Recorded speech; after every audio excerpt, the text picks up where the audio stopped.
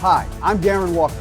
Tonight on Inside Louisiana Athletics, head football coach Billy Napier recaps the Ragin Cajuns Sunbelt Conference opener in Statesboro, brought to you by Sonic. Later, volleyball head coach Heather Mazetas-Fontenot hits the road to face Texas State and UT Arlington. And soccer coach Lance Key is here to talk Arkansas State and Little Rock. But first, Athletic Director Brian Maggard updates you on the state of the Ragin Cajuns in Maggard Minutes. You're watching Inside Louisiana Athletics.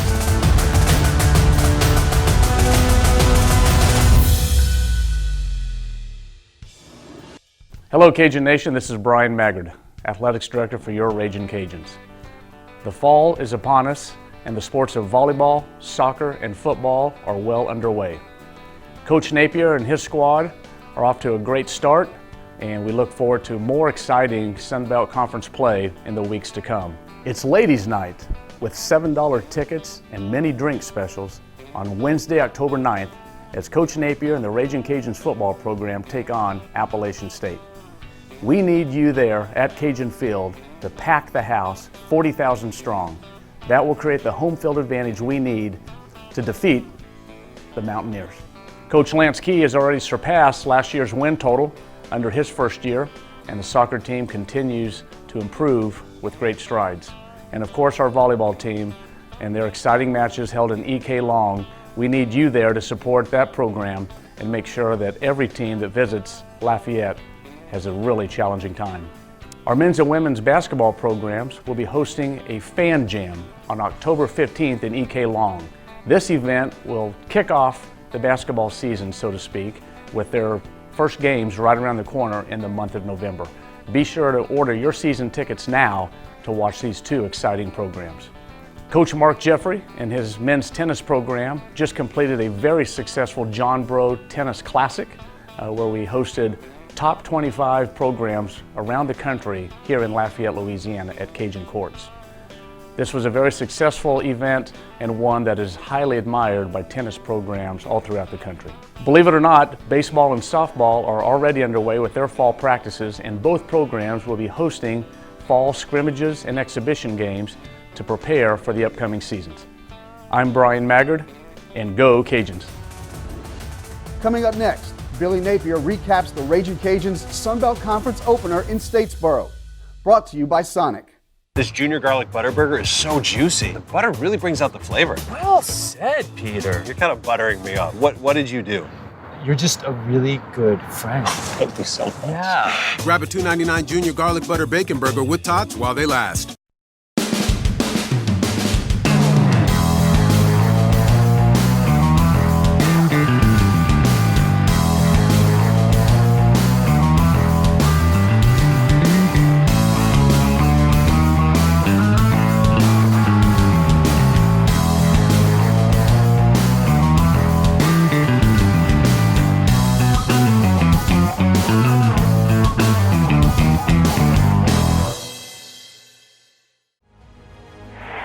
So this will be a 50-yard attempt. Kick is on its way, and the kick is good! Cajuns win! Cajuns win! Cajuns win! Cajuns win! Cajuns win! Cajuns win! Cajuns win! Cajuns win! A 50-yard field goal! And time expires! Holy cow, can you believe it? We are a young conference, full of energy, passion, and pride. And we won't rest until we've made our mark. Our accomplishments have earned us a place among the top of the college football world. But we're just getting started. We've still got a lot of growing to do. And the future is for the young. Sunbelt is proud to be a part of 150 years of college football.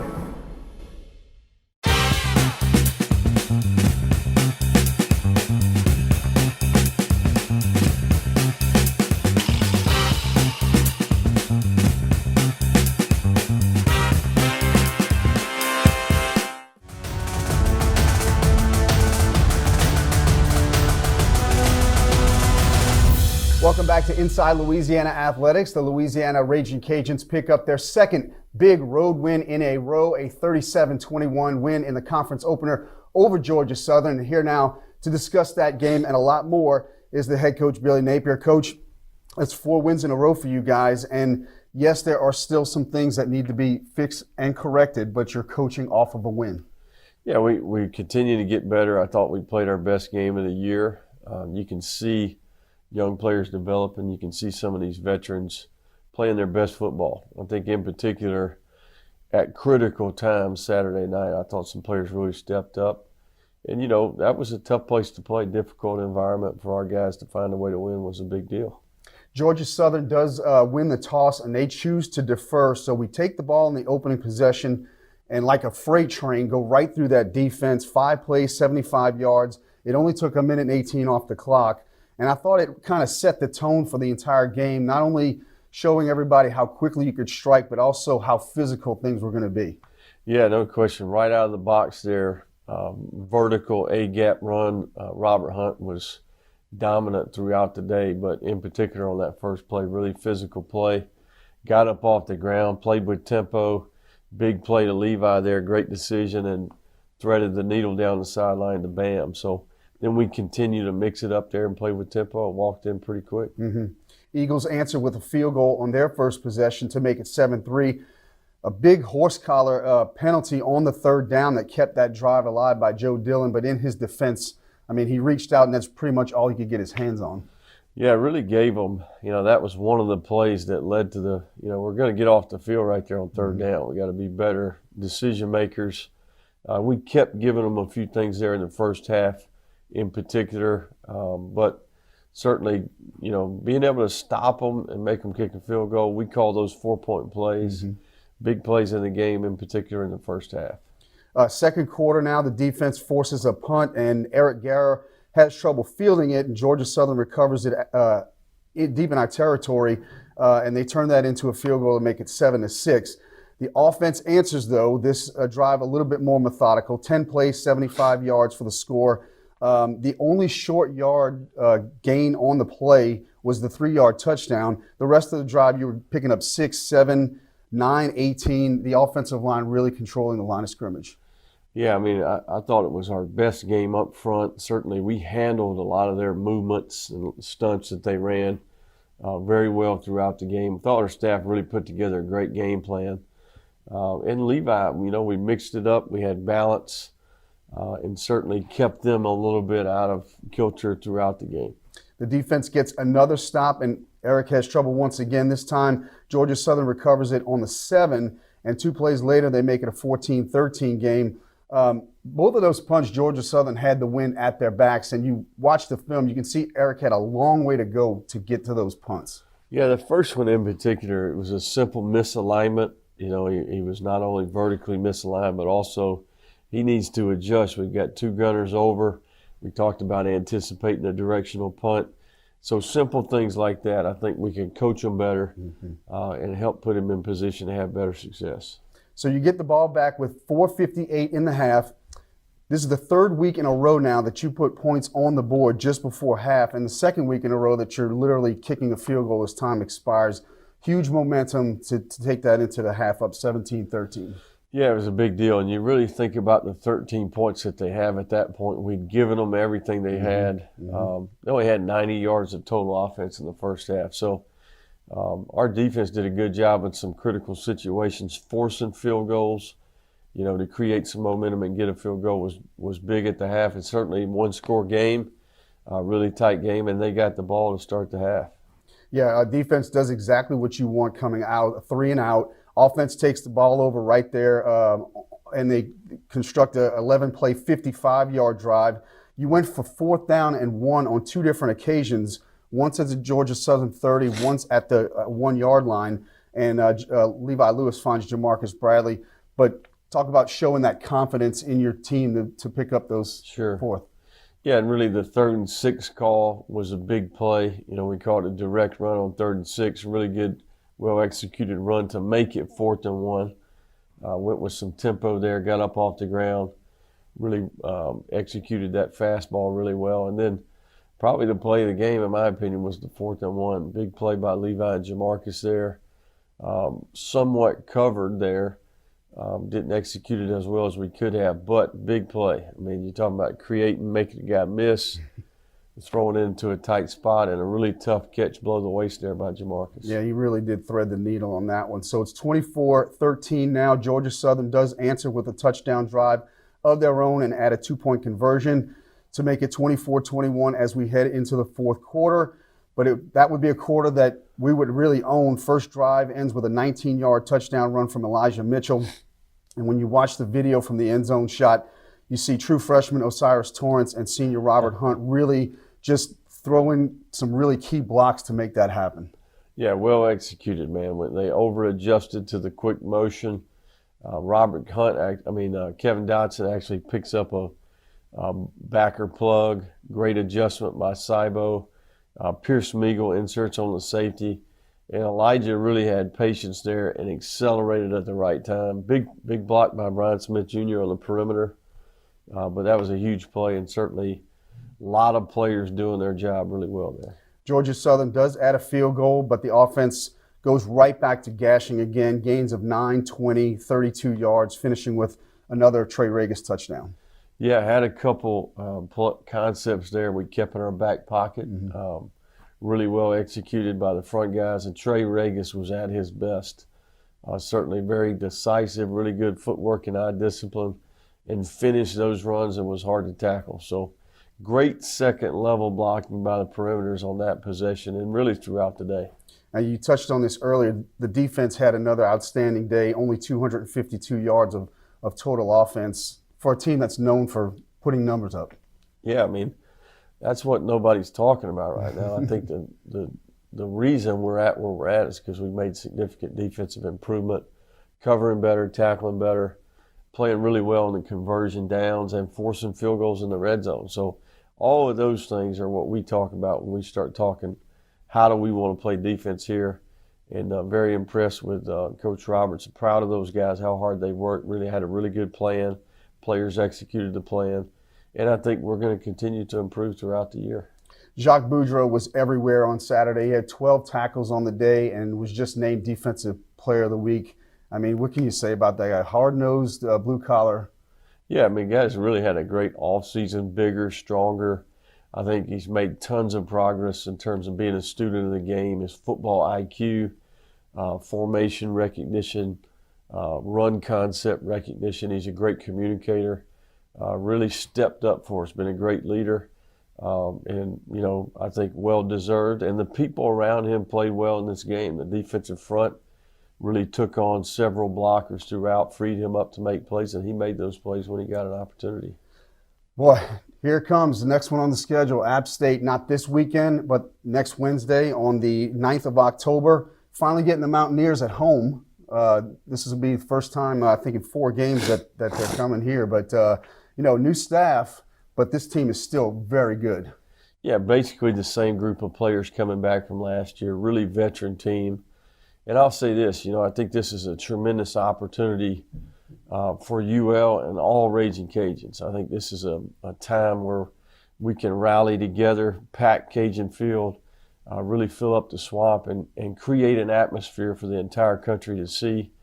And I'm excited about our kids and where they're at and the identity of this football team as we get ready to cut it loose here in front of our fans on a national stage.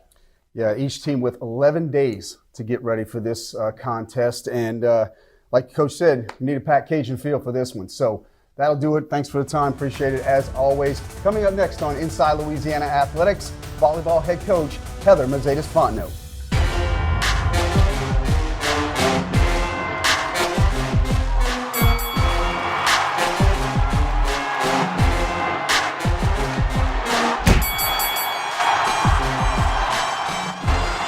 If you're happy and you know it's Zydeco. If you're happy and you know it's Zydeco. If you're happy and you know it, then your feet will surely show it. If you're happy and you know it's Zydeco. If you're happy and you know it, manger. If you're happy and you know it, manger. If you're happy and you know it, loving God will help you show it. If you're happy and you know it, manger.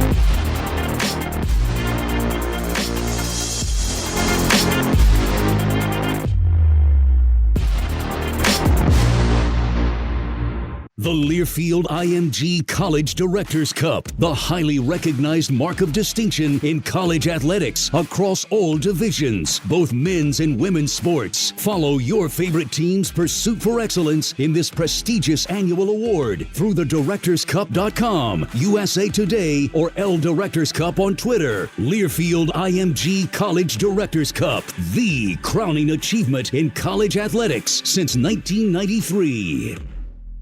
Car Hop Classic for just $2.99 is the perfect 1-2 punch of flavor and value. You need a trainer to help you eat the burger? Hey, stay out of this. Don't get in my head, man. There's barely room for me in there. Hurry in and try quarter-pound double cheeseburger or 6-inch Philly plus tots for $2.99.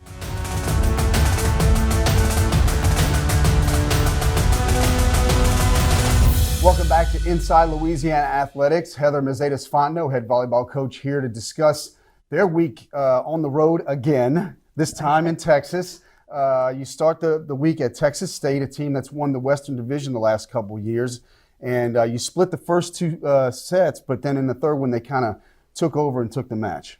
They did. You know, the first set, we lost 25-23. And I tell you, to get to 24-24, I made a blocking decision to pull Avery Bro off, and turned out to not be a great decision. So instead of being 24-24, it was 25-23 and the set was over. So I'll take that, you know, and because we've been playing with her blocking and not blocking, blocking, not blocking, which is a strategy, you know. And then really proud of the girls come back second set, and we got up and we stayed up, which was nice. And then, you know, the rails came off a little bit in the third set, but it's very interesting that in volleyball matches, a lot of times you'll see that in a set. You'll see some upside down sets back and forth. And then we came back in the fourth set and we got down, but then we clawed our way back and clawed our way back. And we just didn't have enough set left to get enough points. But man, the kid, they fought. We fought and battled, and it just didn't come out on our side. And again, Texas State is a tough place to play. I would think it's the toughest place in the conference to play for me, for sure. You head to UT Arlington on Saturday night, and this time you do take the first set, kind of behind your defense. The Mavs tie things up at 1, but then the offense takes over, and you win both the third and fourth set. Just talk about the way that whole thing transpired. Yeah, the same thing. You know, we came up and we got out. The first set, both teams battled, and we found a way to win. And then the second set was that lopsided set again, you know, and when things start to not work early in the set, I think we got down 7-2 before I called a timeout. I was like, no, we'll get this next point. We'll get this next point. And so it was early on when they kind of took control of that set. And, you know, in volleyball, it's that thing about momentum. You have to understand that when that happens, it's over, it's done. You move on to that next set. And we were able to do that. And I think that defensively, obviously, we did a great job. We think we outblocked them 10-7. But more importantly, we were scoring at a pretty good rate. You know, our middles came alive. Driana Abram with 16 kills, and she hit, I think, 338 on the match, or 302, something on the match. But she had 2 errors right at the end. Otherwise, she would have been hitting, you know, almost 500. And so her connection, which, again, in a 5-1 offensive scenario, allows her to kind of expand her offensive options. And Avery Bro came up with a couple blocks, even in the front row, you know, and so they did a really great job. Really tough to win on the road versus any of the Texases, and either one of them. And really glad we pulled out at 1-1 this weekend. Haley Wisnowski also had a dozen kills, and you had 53 as a team. So that was your 5th win over the Mavericks. Now you come home for the first time in a long time. App State will be here Friday night, Coastal Carolina on Saturday night. How nice is it to finally be back at Earl K. Long and get this streak of road games behind you? Well, it's not just being at home. It's being at home against opponents that we know. You know, we've been playing the unknowns in Georgia Tech and Oklahoma and Florida, you know, and now we know these teams. I know these coaches. I know what to expect a little bit. You know, everybody obviously has new players, but to be back in Earl K is always a very positive scenario for us. And top 2 teams on the other side, you know, right now. And these are must wins for us for sure. All right, best of luck this weekend, and we'll visit on that weekend next week on the show. Next on Inside Louisiana Athletics, soccer coach Lance Key recaps his road trip to Arkansas State and Little Rock. Great teachers change lives. It only takes one. Thank you, Coach Hill. Thank you, Mr. Gentry. Mrs. Hunter, you are the one who taught me perseverance, to always fight the good fight. Thank you, Miss Frost. You're the one who believed in me. Thank you, Miss Matthews. You're the one that pushed me to be better. Dr. Lee Hersey has been a great, wonderful role model, mentor. Thank you, teachers. Thank you, teachers. Thank you. This one's for you. Great teachers change lives. It only takes one. It only takes one.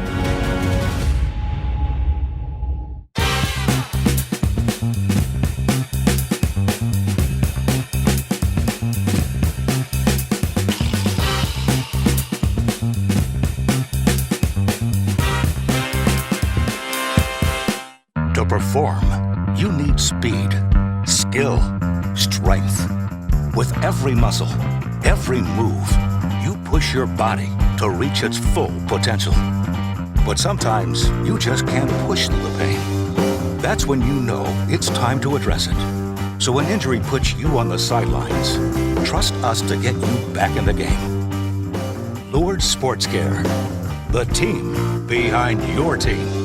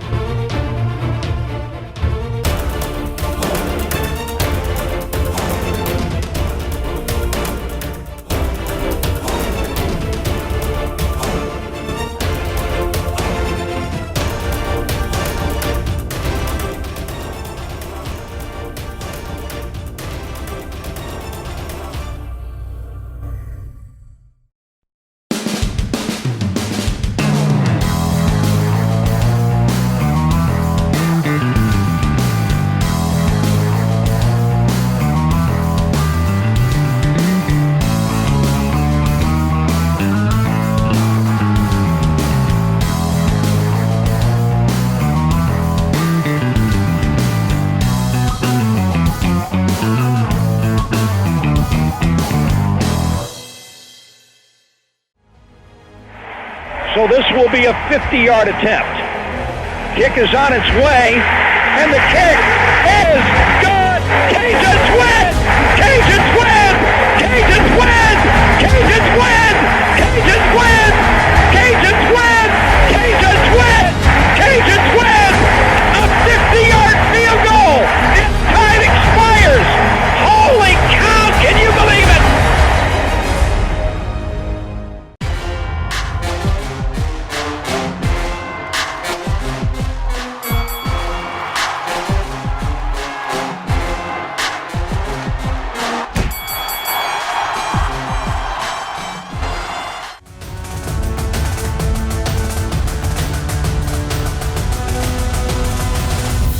Welcome back to Inside Louisiana Athletics. Time once again to visit with head coach Lance Key of the UL soccer team. And coach, this week you make the Arkansas swing. First you go to Arkansas State on Friday. You play an afternoon game at 3 p.m.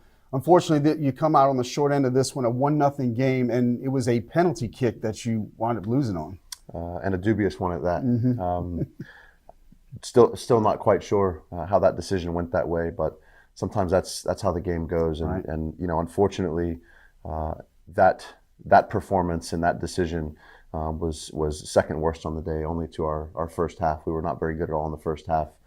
I wouldn't say completely out of character. We've been a little bit slow starting in games, but somewhat out of character, in that it took us a really long time to start to make the corrective measures that we needed to make, and it just wasn't a great first half. I thought we played better in the second half, which is when we conceded the penalty. And you know, they ended up on Sunday winning 1-0 on another penalty against Texas State. So a fortunate weekend for Arkansas State, but hey, to their credit, they put themselves in that position. You have the ball in the 18-yard box, you put pressure on defenders, and sometimes good things happen. So unfortunately, we didn't get the result we had hoped for, and that I feel like we could have or should have. But that's how the game goes. Yeah, you talked about playing better in the second half. All 7 shots on goal came in the second half. Yeah, it was pretty breezy that day, and wind can be a great equalizer in the game. And so it's a little bit of tale of two halves. We went into the wind the first half and really just had a hard time getting the ball up the field into those dangerous areas. And obviously, you know, as you said, statistically, weren't able to create any true chances to put the ball in the back of the net. But we hadn't conceded either. So I thought that was a small victory in the midst of really a disappointing first half performance. But Yeah, that's how it goes. Yeah. On Sunday, you go to Little Rock to play your 5th double overtime game of the season. This one ends in a 1-1 tie. The Trojans take the lead in the 84th minute, but you come right back 13 seconds later to tie the game up. Yeah, again, it's another overtime match. It probably won't be the last one. As we've talked about the parity in the league, there's a lot of close games. And, I think we could have in that match ended the game with 3 points in our favor. We had chances to, we didn't take them. And then we find ourselves a little bit against the run of play, down a goal late in the game. And it's one of these, how can we possibly be in this situation again moments. And right off the kickoff, ball went wide. Rainey played a great ball in behind the back line. Telly went and battled for it, got on the end of it, and tucked it in. And then we had a couple other chances to win it even after that, even in overtime.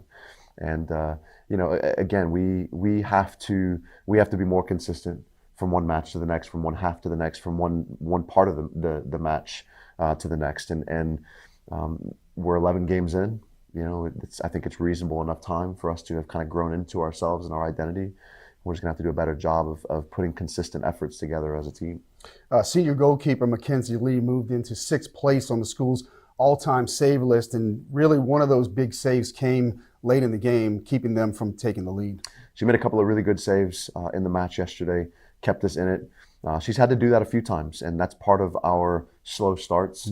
That I'm not quite sure why we're having these slow starts, but she's kept us in a number of games in the midst of those slow starts to preserve a clean sheet, at least at that point in the game, and give ourselves a chance to stay in matches. She's really come on and done a great job for us. This weekend, App State on Friday at 7 p.m., Coastal Carolina at 1 o'clock on Sunday. A chance for these guys to make up some ground on the teams ahead of them in the standings. Coming up next on Inside Louisiana Athletics, another look at the upcoming schedule. If you're happy and you know it's Zydeco. If you're happy and you know it's Zydeco. If you're happy and you know it, then your feet will surely show it. If you're happy and you know it's Zydeco. If you're happy and you know it, mange. If you're happy and you know it, mange. If you're happy and you know it, nothing God will help you show it. If you're happy and you know it, mange.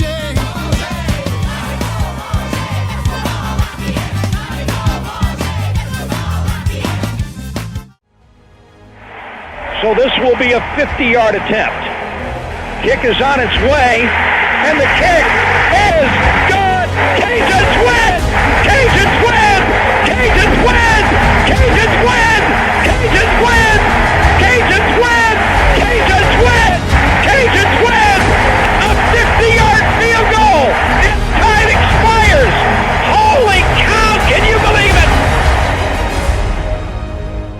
Sonic's got all my fair faves. Cheddar peppers, 99-cent corn dogs, Oreo a la mode. But there's no chicken on the fair faves menu, right? No. Why do you ask? No reason. You're safe. Hurry in. Fair Faves start at 99 cents and order ahead for happy hour anytime.